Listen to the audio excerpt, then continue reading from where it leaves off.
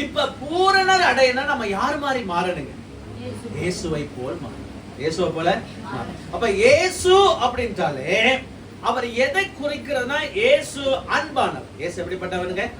யோவான் எழுதின புத்தகம் 3ஆம் அதிகாரம் 15-16 வசனம் சொல்லுது, தம்முடைய ஒரே பேரான குமாரனை விசுவாசிக்கிற ஒருவனும் கெட்டு போகாமல் நித்திய ஜீவன் அடையும்படி அவரை தந்தொழி இவ்வளவாய் உலகத்திலே.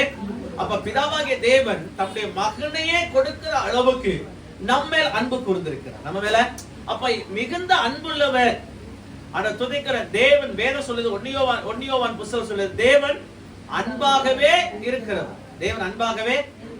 இயேசு அப்படி சொன்னா எப்படிப்பட்டவர் அப்படின்னா உலகத்துக்கே தெரியும், அவர் அன்புள்ள ஒரு ஆண்டவர். அப்ப என்ன சொல்ற, நிறைவானது வரும்பொழுது குறைவானது ஒளிந்து போகுது. எது நிறைவான? அன்பே நிறைவானது. நம்பிக்கை, விசுவாசம், அன்பு, இதுல பெரியதுதான் அன்பே பெரியது. அல்லேலூயா.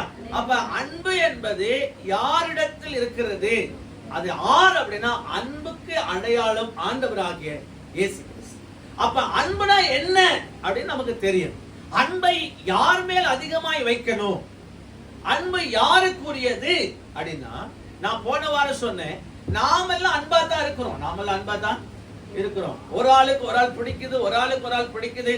இன்னைக்கு ஆண்டவராகிய இயேசு கிறிஸ்துவை விட இன்னைக்கு நிறைய பேருக்கு யார் தான் பிடிக்குது?